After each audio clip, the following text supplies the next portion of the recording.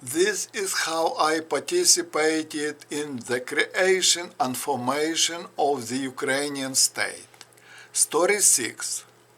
An excerpt from my book, The Epoch of Modern Man, which I published in 2011, the first issue, and in 2013, the second issue, from the sections I and Ukraine, which was written by me much earlier, before 2000, and was placed in this book.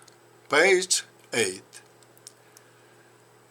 Back in 1990, I sent my article, How to Save Collective Farms, to newspapers, in which I proposed to transform collective farms of hire workers into collective farms of owners within 20 years. During this time, 5% per year should be sold or leased to the most active persons on certain conditions, individuals' fields, existing buildings, mechanisms, and other property. As a result, intra-farm production connection would be preserved. The key to this would be to introduce conditional intra-collective farm money for internal calculation. That is, after 20 years, collective property was basically to be transformed into private property without the cataclysms, without the destruction that occurred later. Only one district newspaper on Leninsky Path in the Kivetsiv districts published my article on May 18, 1991.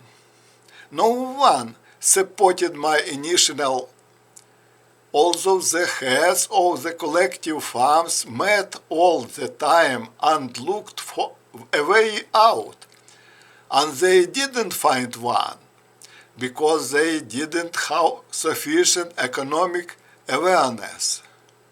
Several years passed and the collective farms collapsed. Moreover, I had previously made an attempt to implement these changes using the existing collective farm charter, meetings, and party organization, but I had not yet found support from either the leaders or the communists. I understood that the collective farms were doomed to destruction. Only a year later did the collective farms heads started talking about it, and 2 years later did the ordinary peasants. I had complete understanding with the ordinary peasants. I guided the peasants' mood, helped them to be aware of the essence of events, to take an active part in them. Thank you for your attention.